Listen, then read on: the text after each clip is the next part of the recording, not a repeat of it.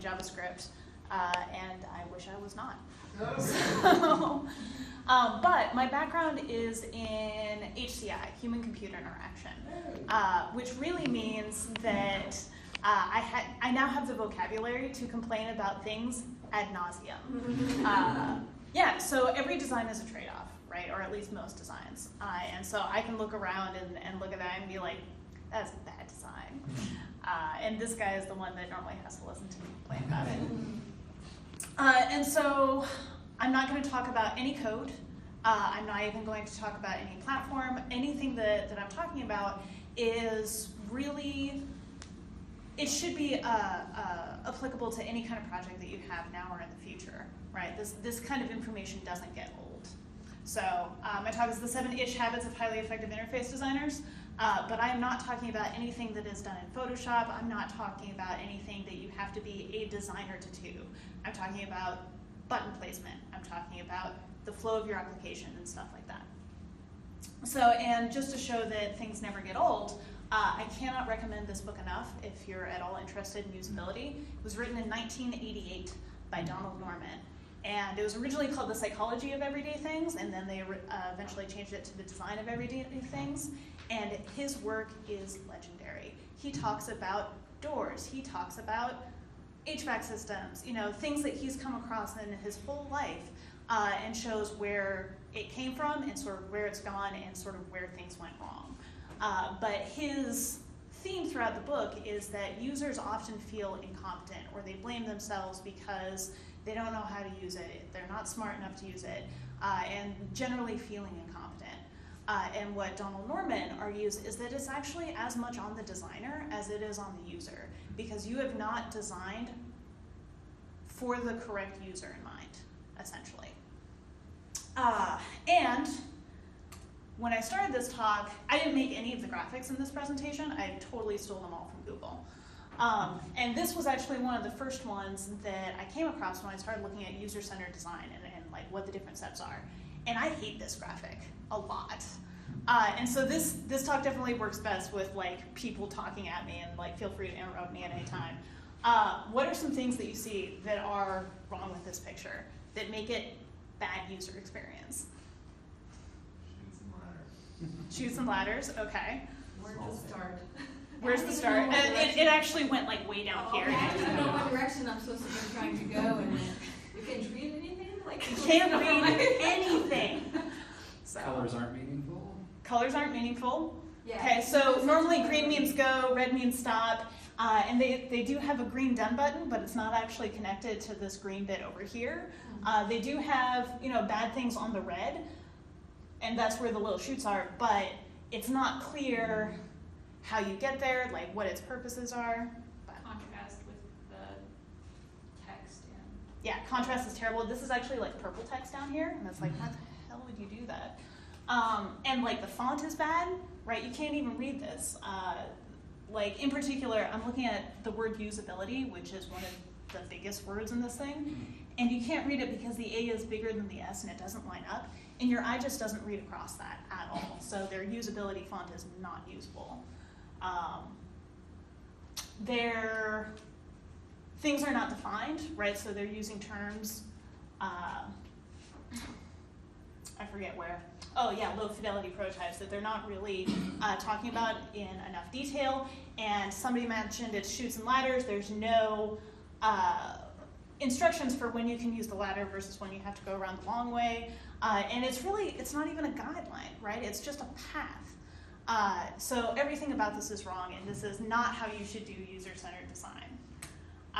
Here's another example. Again, I just pulled it off the web, and this is better, right? It communicates more effectively. You've got 4 steps, and I promise that actually says something in the, wow. It's the projector that doesn't show the text on there very bad. But it says plan, design, prototype, and review, right? These are your 4 basic steps of user-centered interaction. You have to figure out what you need to do. You actually have to put something together, build it, and then test it, and then, so the blue shows going forward, but then you also need to show the backward steps, right? So after you test something, you have to go back and analyze your test results and possibly build a new prototype. And And so what this graphic is trying to show is a two-way flow of information. Did any of you guys get that when you first saw this? No? This one is better, right? It's not as clear, or it's not as pretty, but it is way more clear when you're talking about the steps and the flow of information.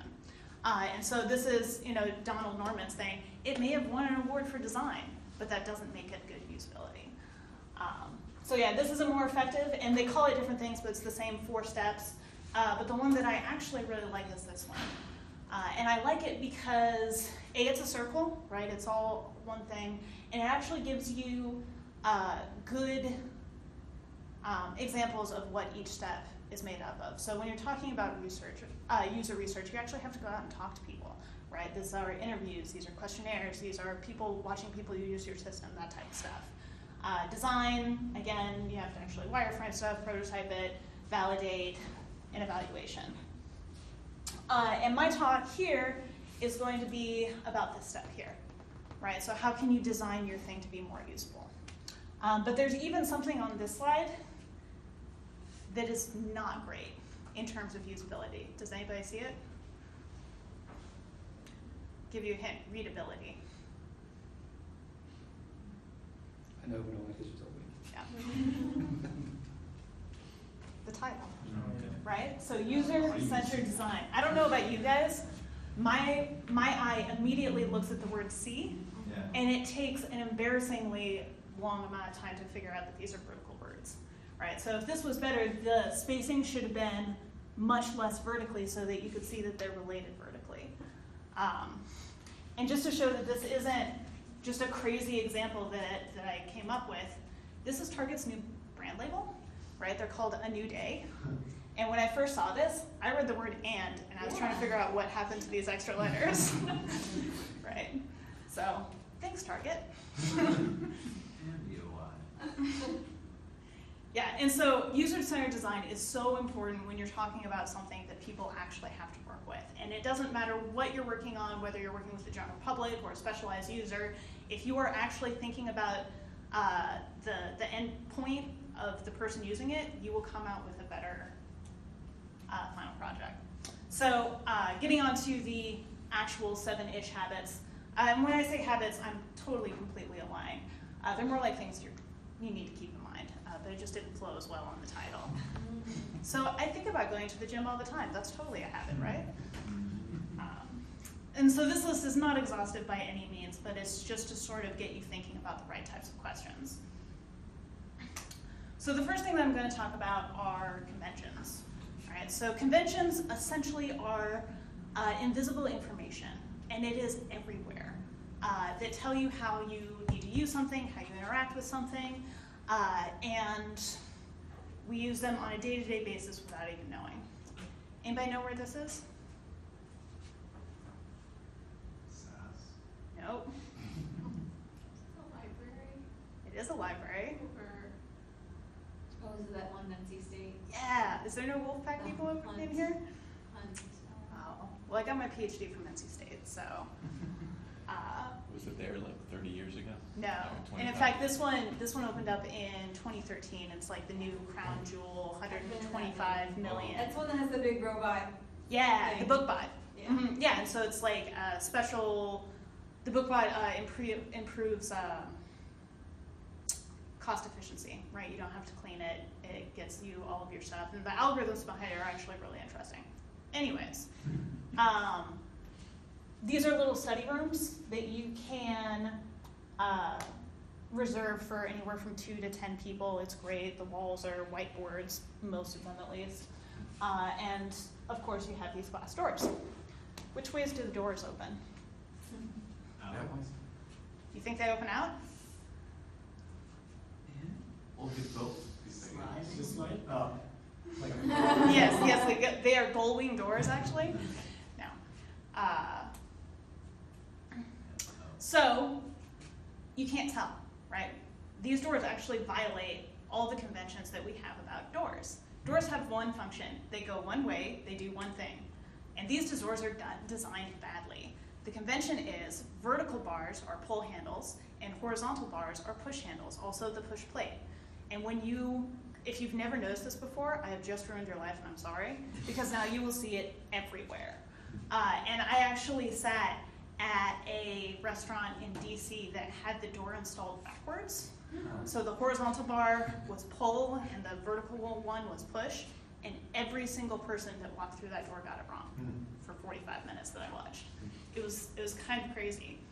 And so when you violate conventions, all of a sudden something that should be self-explanatory, should be really simple, all of a sudden needs instructions, right?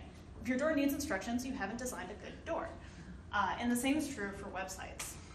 So, I just pulled some random website. We don't know anything about this. And so I wanted to look at what some of the conventions are that go into websites that you may or may not have ever thought about. So I'll throw it open to you guys. What are conventions that you guys know and love? Navigation and search at the top. Yep, so navigation bars across the top. Occasionally you'll also see it on the right side.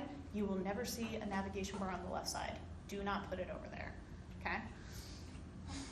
How about your logo right in the upper corner? When you click on it, that usually takes you back to home, right? That is a convention that we use. There's also even more subtle things like the fact that the search icon is a magnifying glass. Don't get creative and try and make it into a dictionary or whatever else. Magnifying glass means search, right? So these are conventions, invincible knowledge that we all know and love. And the person, that's your profile button, right? And even little things like scroll bars, they tell you how much information is on the page, which is such a small thing, but it matters, and it makes the experience better having them. So another one that is, I see violated all the time, are buttons and links, okay? So I have seen a lot of websites decide that they want to make their headers stand out a lot more, and so they'll wrap it in a little background, right? So they just put it in a div and they put a background on the div, and all of a sudden it looks like a button. And so instead of these being section headers with information underneath it, all of a sudden it looks like buttons with text underneath it. And that's not what they intended, but that's what that looks like, right? The same goes true for underlining text. If it's blue and it's underlined, it better be a link. And if it's not, reevaluate your design. Bolding works much better for emphasizing text than underlining. And do you guys know what the difference between the functionality of buttons and links? Buttons is usually submitting information.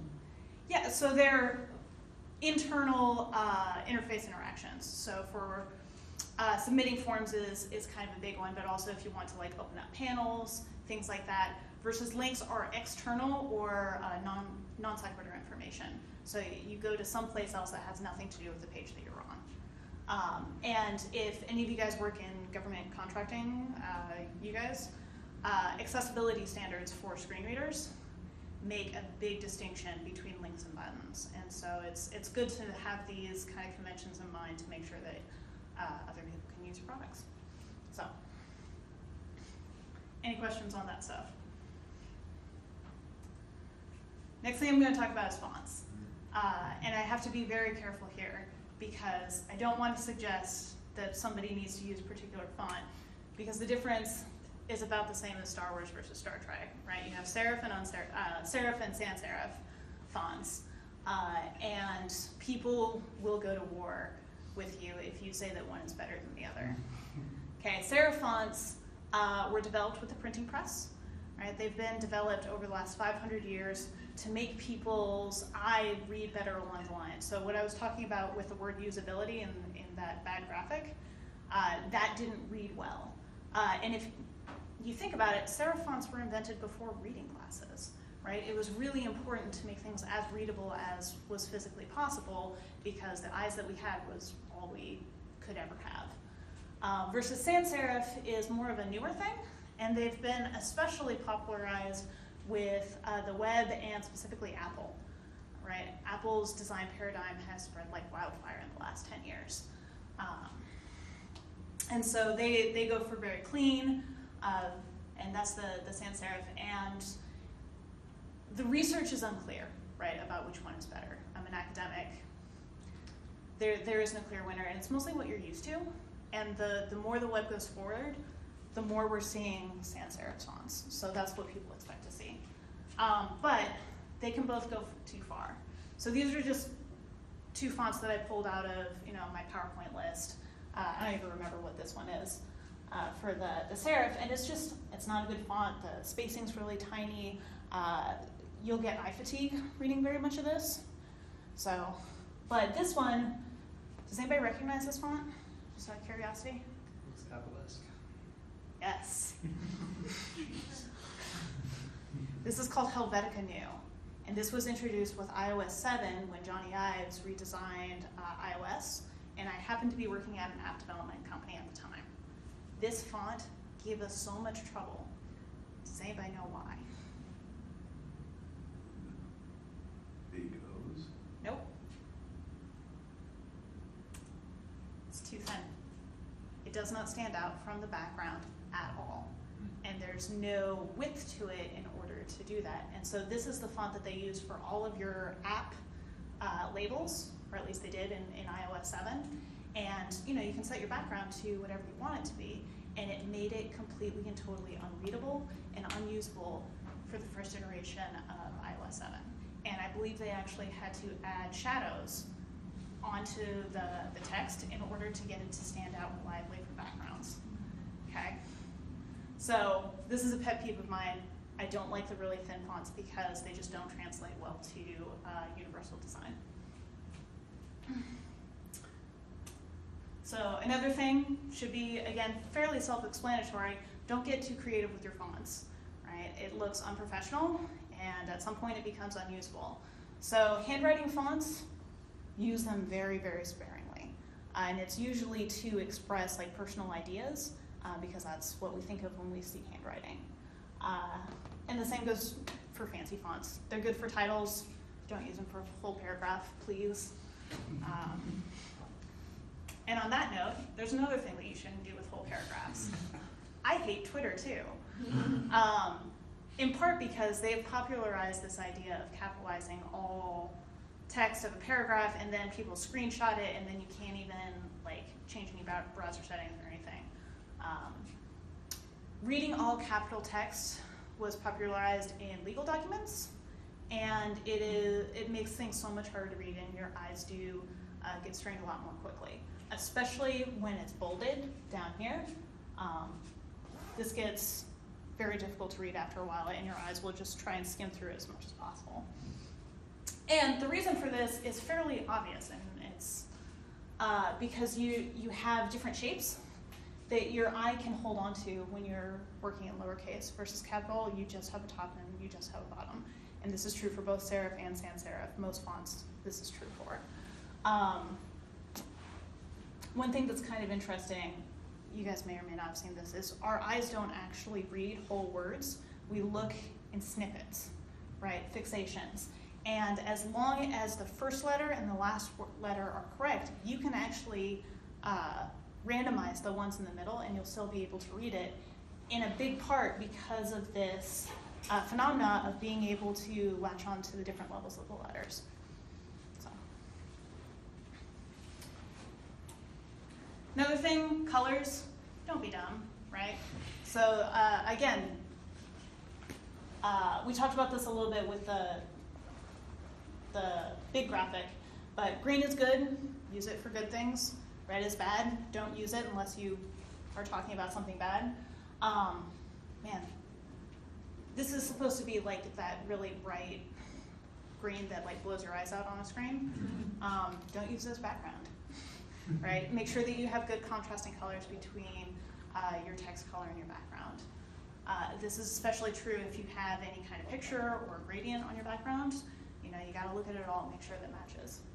And the last one is just make sure that your color choice looks professional, right? We usually like a light color and a dark color, not two dark colors together, not just because of contrast, but I went to a women's conference put on by Georgia Tech one time, and one of the lead people gave a presentation with an entirely purple background and bright pink text on it.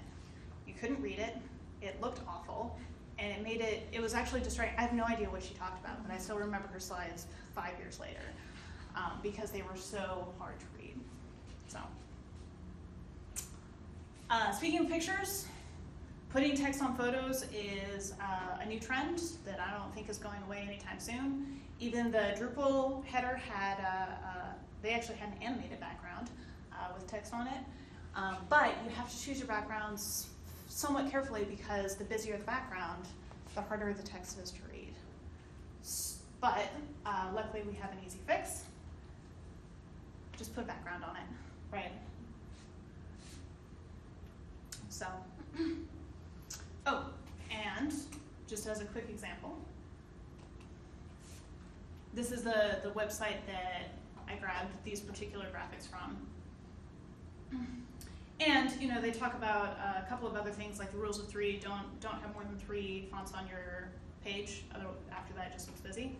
But check this out. Blue. Oh, you can't see what I'm saying. Here, let's do this.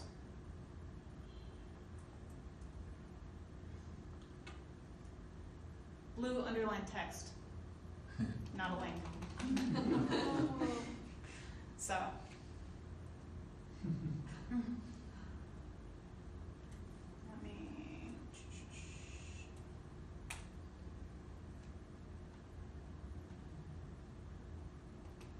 So by different fonts, you mean like different fonts families or different like variations of the Yeah, font? font families. Like if you're using normal and bold, like that counts as the same thing. I have killed PowerPoint.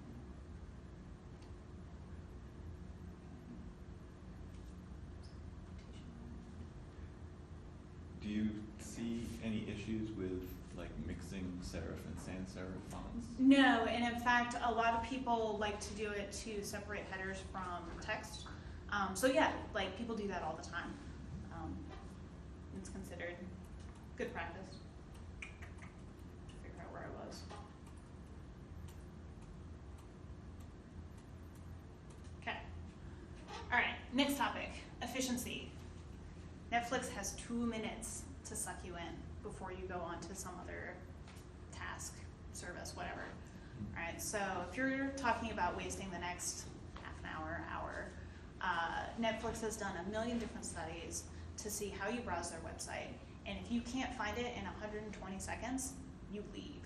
And that's really not a very long time when you're talking about loading, browsing. They have how many tens of thousands of movies? They certainly can't show it to you all. And so they have to be very careful to make sure that you have the most efficient path to whatever it is you're looking for. And there's another company that does this particularly well. Does anybody have any ideas what it could be?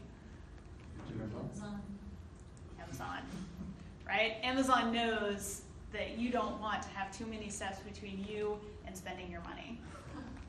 So they have actually added so many things in so many places to be like, no, really, like you can be done right now. And it's great, right? It is a very efficient site, and Amazon continues to be a leader in sort of web usability. I highly suggest looking at some of the other stuff that they do. And as far as companies that do it poorly, anybody have any? Another example I think it does equally well is Google. Like you think and it's there in search terms, like whatever is trending for that example. Yeah, you don't go past the first or second page, right? Right, and even the, like when you type the keyword, like say how to fix toilet, and the moment you do that, you see like all the options that you most likely will be found. Absolutely. Yeah, Google's another really good one. And they do autocomplete and a whole bunch of other stuff. They're very optimized. So as far as companies that don't do this well, hi Apple. So when I was putting this together, I actually came across this particular problem, which has always bothered me, which is I put together a playlist for my daughter of some of her favorite stuff. And you know, you add things by different artists, and then you're like, I just want to shuffle it. How do you shuffle a playlist on an Apple device? Anybody know how to do it? I can't do it here. So I swiped up from the bottom, right? Maybe it's in your little AirPlay, or not AirPlay, but your dashboard. It's not there either. It's like, okay, fine, I have to go all the way into the app. So for me, that's 1, 2, 3, 4, 5, 6. 6 different steps to get in here. Okay, now what? It's also not in here. Anybody know where it is? Where? You have to pull down the thing to get to the, oh, okay. Because you can do it like from the list, like when you first click on a playlist, you can do it. All right, but you can't click on the playlist until you open up the app. Yeah, oh, definitely, yes. Yeah. So this brings up a couple of things. Apple, in their minimalist design, has not given any indication that there's any further content below the fold. And I know that folds are a huge thing in web, as it has to be because you only have a screen this size. Make sure you have good markers to tell people that there's more information below. Because you will get people that will just take one look at it, say, I don't see what I'm looking for, and move on. And they're totally gonna miss the functionality of everything below it. So.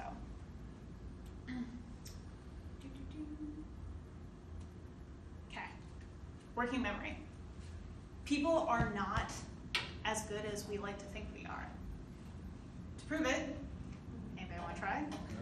This links out to a website. My score was 14 last night when I was doing it. Anybody? Okay. I'm scared. You want to do it? It's work. Okay.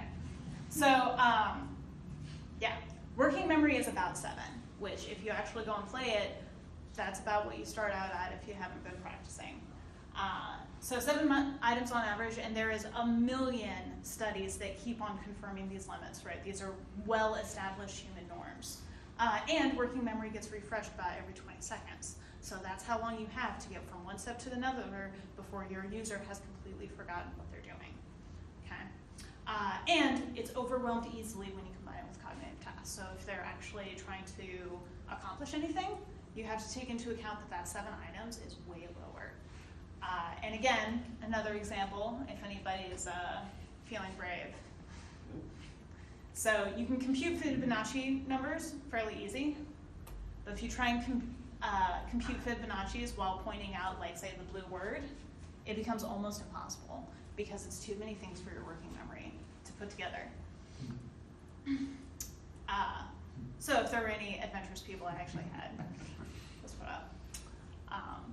But trust me, you can't do it. So Netflix has figured this out, and once again, they are optimized to fit within your short attention span and your limited working memory. And everything that they do is under the number 7. So they've got 6 items in their list up here. They've got 6 items across from one to another. And again, you can't really see it on the projector, but there are 7 panels before it loops around and you start back to the beginning, because that's all your working memory can hold.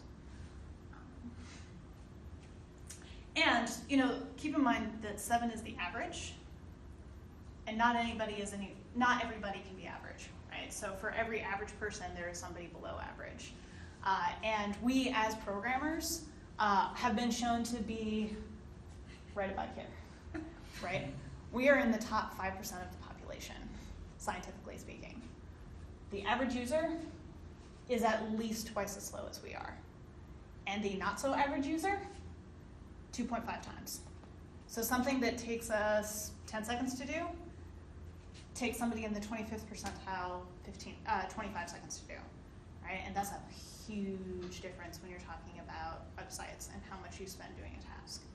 So for anything that it seems like it shouldn't be a big deal and you can just go boom, boom, boom, you have to keep in mind that not everybody is quick at doing this stuff.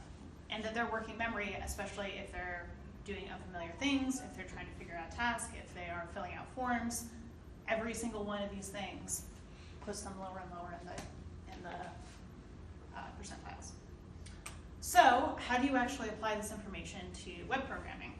A big thing is when you have a promo code or something that you have to send to users, put it in an email in a link that auto-completes it when you actually go to the website, so that they never actually have to type it in themselves. Because by the time they, this is shopping, they go to the website, they pick out something that they want, they have either completely forgotten about the promo code that got them there to start with, or they have to go back and look it up. But don't they want you to forget it? They just want you to come to the website. If you forget to save money while you're there, Maybe. they're not complaining about that. But this is a usability talk. Not the profitability. Not the profitability, that's down the hall. Right. Yeah, so you use autofill as much as possible, and Google is a great example of a company that has optimized to put as much information into the system so that you don't have to think very hard. Put codes and links that automatically apply them, and put more information in the world, right? So if you have to repeat something from one screen to the next, that's fine. But if you don't put it there and the person can't find it, and then they get frustrated, and then their attention span is about this much, and then you've lost them altogether. So, and on the other hand, don't bombard them with like extraneous information. Figure out exactly what they need to know, and give them just that information. So, which brings me to the next one. Focus. We all know how well we focus on the web, right? People are very, very distractible, right? And so they've got toddlers crying in the background. They've got 6 different tabs open. The TV is blaring. They're cooking dinner. You know, whatever it is, I guarantee you that you do not have your audience's full attention span. And when you're trying to talk about doing complex tasks while something distracting is going on, think also blinking banners, anybody who puts ads on their website, you further shorten their working menu, you distract the users, and before you know it, they are off doing something else entirely. Okay? Can you repeat that last part again? So, and once again, does anybody know a company that has figured this out very well? It's Netflix. So when you now go to Netflix on the computer, it starts playing a trailer straight from the very home screen. And so if you were just looking for something to do, you're like, oh, what's that? And you know, our caveman brains say, let's watch this for a second, and then before you know it, it's 12 hours later and you've just finished Stranger Things or you know, whatever else.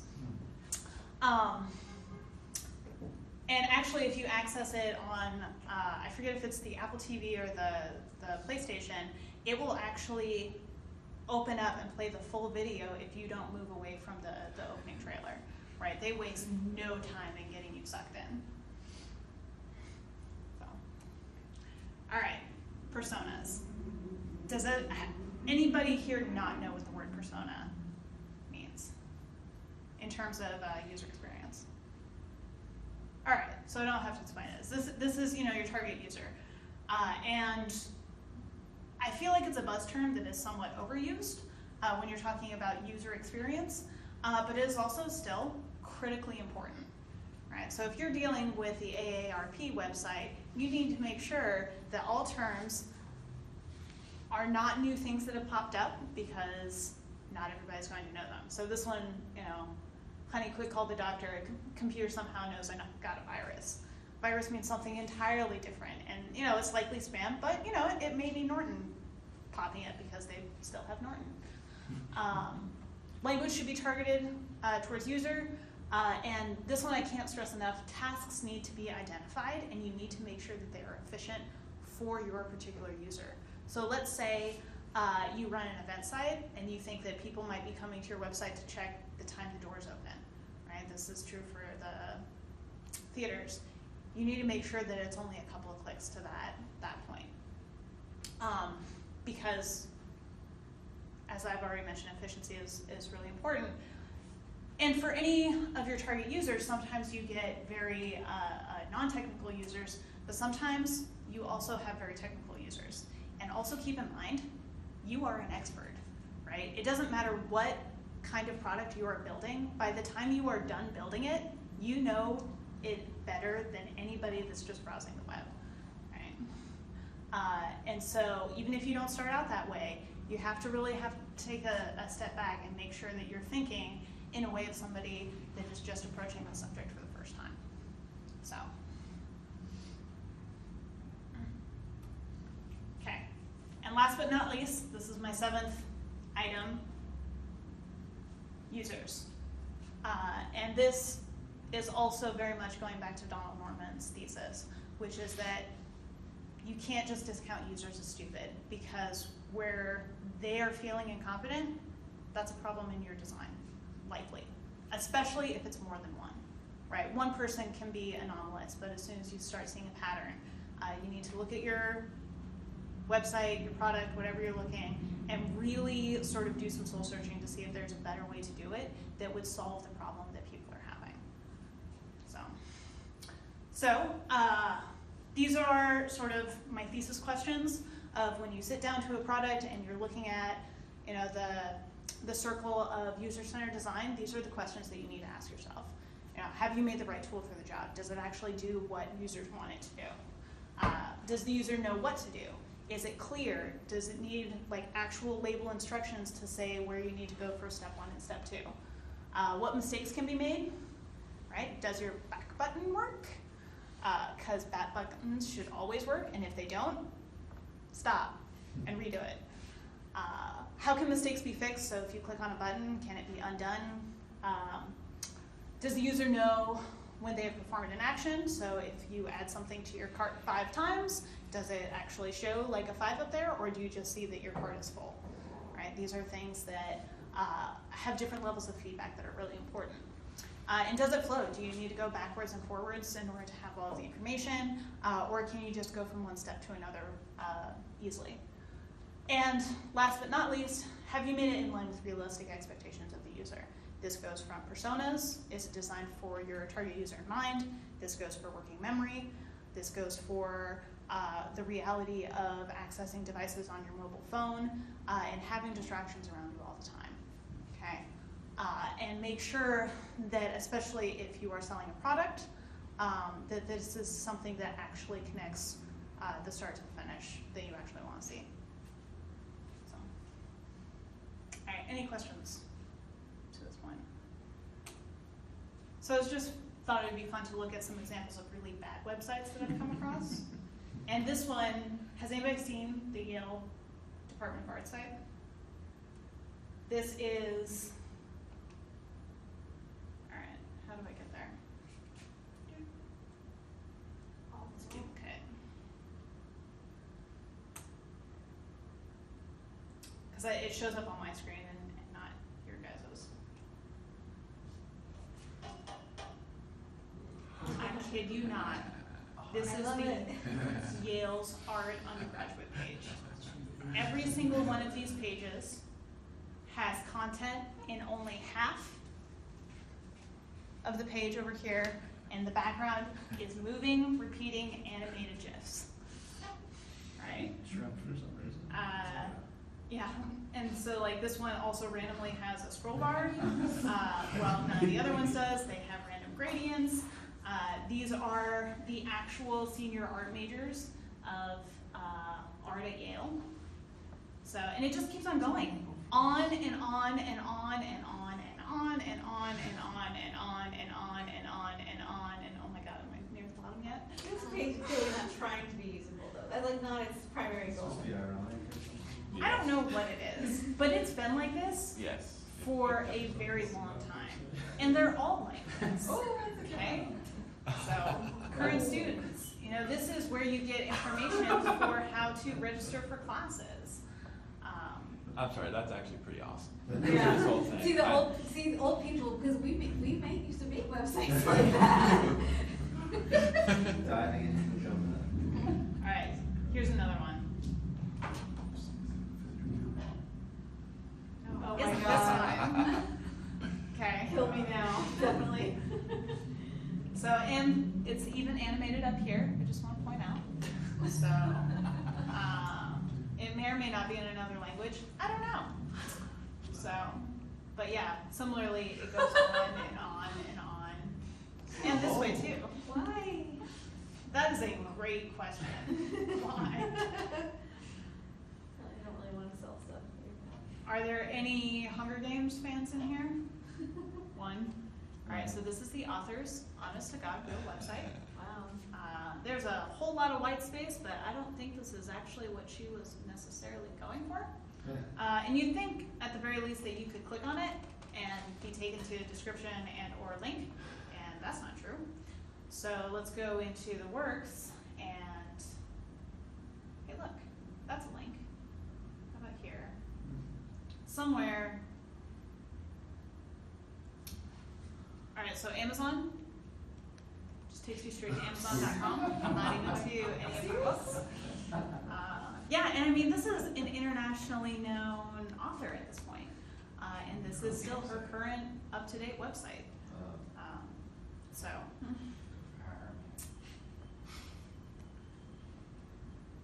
What is this one? I remember.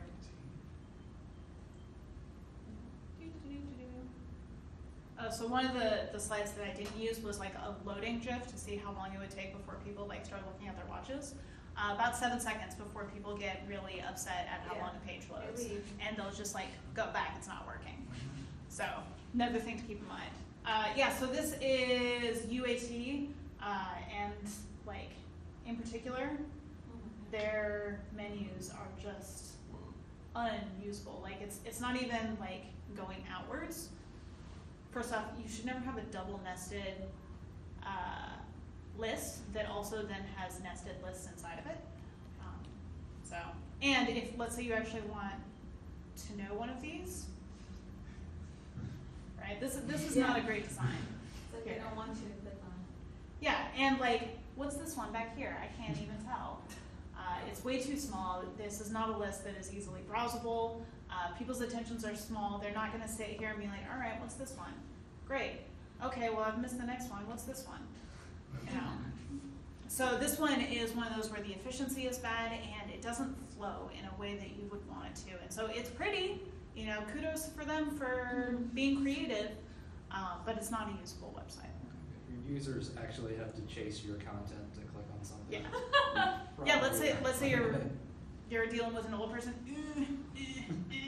And I've definitely dealt with some floaty mouses. So, sorry, what did you say? Like, yeah, accessibility is. Yeah. So, last one. This is a car dealership in the UK. So, Eileen, you can trust me. believe it or not, this is a legit car business. But like, again, there's just way too much going on this page. Fast junkie, passion. But she's incredibly successful. Apparently, she's one of the top car sellers in the UK. And I'm sure that this is legitimately like supposed to be bad. Yeah. Yeah. But at the same time, there are people who do this that is not their shit. Yeah. And instead they just, yeah. So kind of on that same subject, a site that we work on is built for like retirement community, you know, people that are elderly, and they can manage their own content. And it's an old version of it, but they basically have a WYSIWYG field that they can do whatever they want. And you get And yet some what's that, the- yeah, that might be aspirational there for some of these things. And that's one of the things we're struggling with is in a redesign of that same thing, trying to figure out the balance between letting them do what they want and keeping them from doing what they want. You know, really. And Every design is a trade-off. yeah. I seem to remember saying. Yeah, and it's finding the balance with anything between the possibilities and the realities. Like that paisley sign. Yeah. Sign where I wear pants like that. Yeah. I can totally see you in that. Cool, thank you. Anyways, I hope you enjoyed my talk. Yay.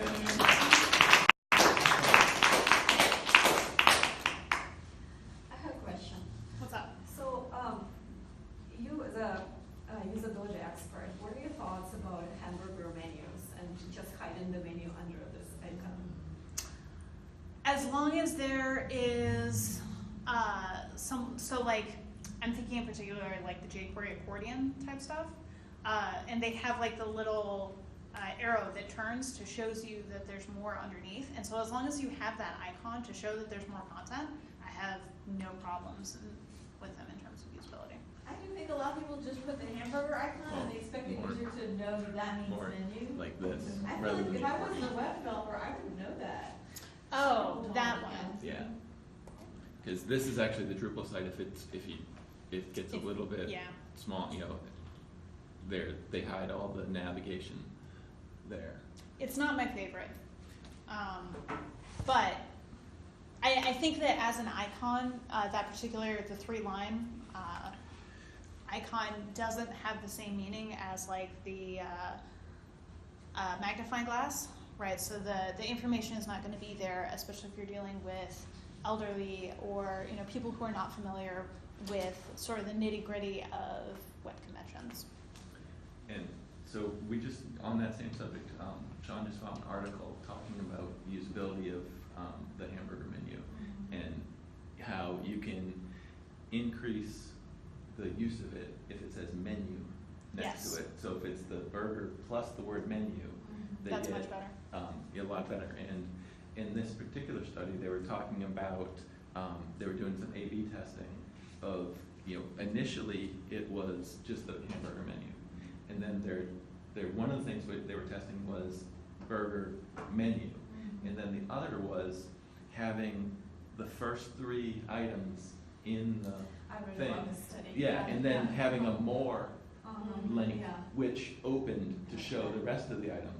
And so changing it to put the menu on it, like increased click-throughs like 13% or something, but putting the first 3 and then having more with the rest was like 126% increase in use.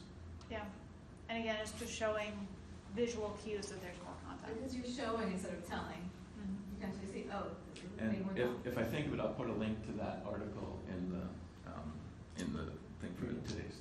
Was that out of the Nielsen Norman group? No, Okay. it wasn't. I forget exactly what it was, but I'll put a link there. Yeah, so if you do much Googling around for usability, you will inevitably find the Nielsen Norman group, which Don Norman, who wrote the book, is one of the 2 founding members, and they collect all kinds of usability studies for any type of technology that you can think of, to give you like the actual scientific facts of what works and what doesn't.